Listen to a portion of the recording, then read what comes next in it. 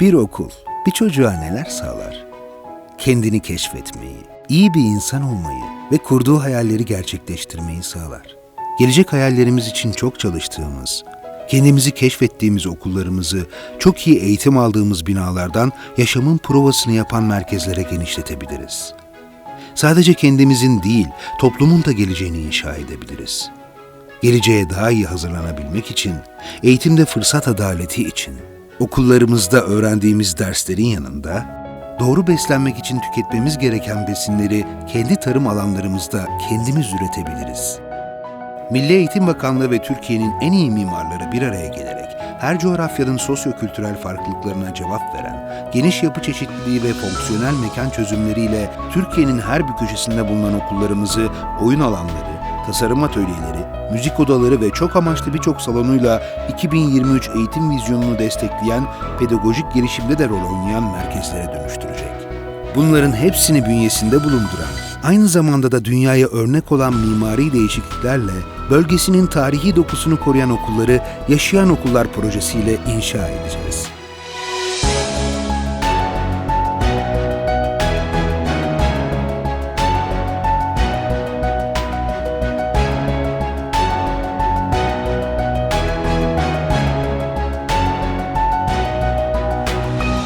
Gelecek için sadece bir başlangıç.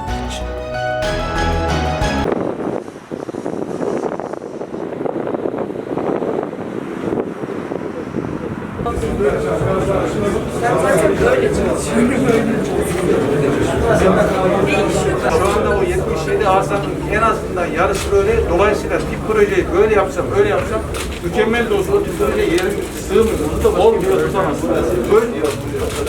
Şu muazzam bir özgün proje ama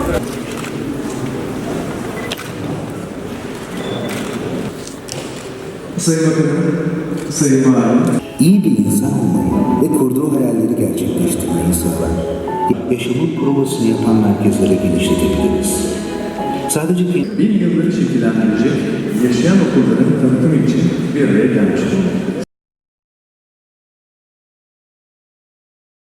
Biz biliyoruz ki insan-mekan ilişkisi bizim psikolojimizi, antropolojimizi, sosyolojimizi, mutluluğumuzu kısaca çok etkiliyor. Ve bu konuda da çocuklarımızın, öğretmenlerimizin mutluluğunu destekleyecek bir ortam oluşturmak hayati bir önem taşıyor. Yükseköğretim hariç 12-13 yılımız bu mekanlarda geçiyor ve böyle bir mekanda çocukların her gün soluduğu havanın, gördüğü imajların, gördüğü atmosferin, yaşadığı atmosferin onun hayatında nasıl iz bırakmasını istiyorsak öyle iz bırakması için de bir çaba gerekiyor ve bugün o çabanın içerisindeyiz. Işığın, sesin, görüntünün nasıl güzelleşeceği ve hayırseverlikte olduğu gibi estetik severlik ne demektir? Kıymetini bilmek ne demektir noktasında da varlık amacı öğrenciler olan okullarımızı güzelleştirmenin peşindeyiz. Okulun öğrencilerimizin mutluluğuna hizmet eden mekanlar olması aslında öğrenmenin, motivasyonun temelini de oluşturuyor. Çünkü motivasyon doğrudan doğruya çocuğun arzusuna, ilgisine ve mutluluğuna bağlı ve 15 mimarımızın gönüllü olarak verdiği bir destekten söz ediyoruz. Bu destek o kadar önemli ki dünya çapında yarışmaya girsek nasıl okul mimarisi çalışması yaparız sualinin yanıtı olarak bir proje gerçekleşiyor burada ve her bir mimarımız kendi hayalini, kendi sevincini, kendi kıvancını çocukların gözündeki pırıltıyla ilişkilendirerek hayata getirme, vücut bulma konusunda bir gönüllü faaliyet yaptı ve 23 proje geliştirildi. Yaklaşık bir yıldır çalışıyoruz bu projeyi ve bu projenin bitmesi benim açımdan çok önemli.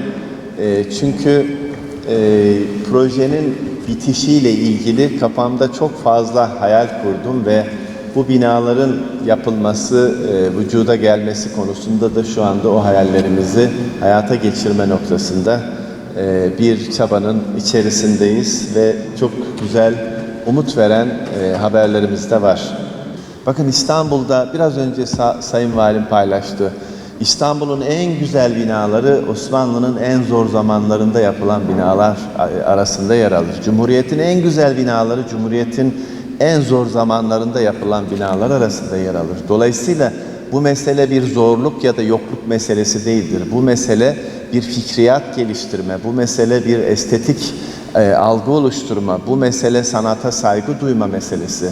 Eğer elimizdeki imkanları her ne kadarsa bir zarafet içerisinde harcama kabiliyetimiz varsa biz onu o şekilde yaparız. Ve bundan sonra yapacağımız bütün okullarda da bu hassasiyetin yükselmesi için elimizden ne gelirse yapacağız ve çocuklarımız için fırsat adaleti sağlayacağız. Yani bizim bütün çocuklarımızın en güzel mekanlarda, hayal gibi mekanlarda eğitim öğretim görmesinin hakları olduğunu düşünüyoruz ve bunu yapabiliriz ve bunu yapabileceğimizi göstermek için de adım adım bağışçılarımızla da görüşüyoruz. Kendi milli bütçe imkanlarımızla da ilgili konuyu araştırıyoruz, ilgileniyoruz ve her bir okulumuzun hayata geçtiğini Allah ömür verirse göreceğiz hep beraber. Emeği geçen herkese tekrar teşekkür ediyorum. Saygılarımı, sevgilerimi sunuyorum. Sağ olun, var olun.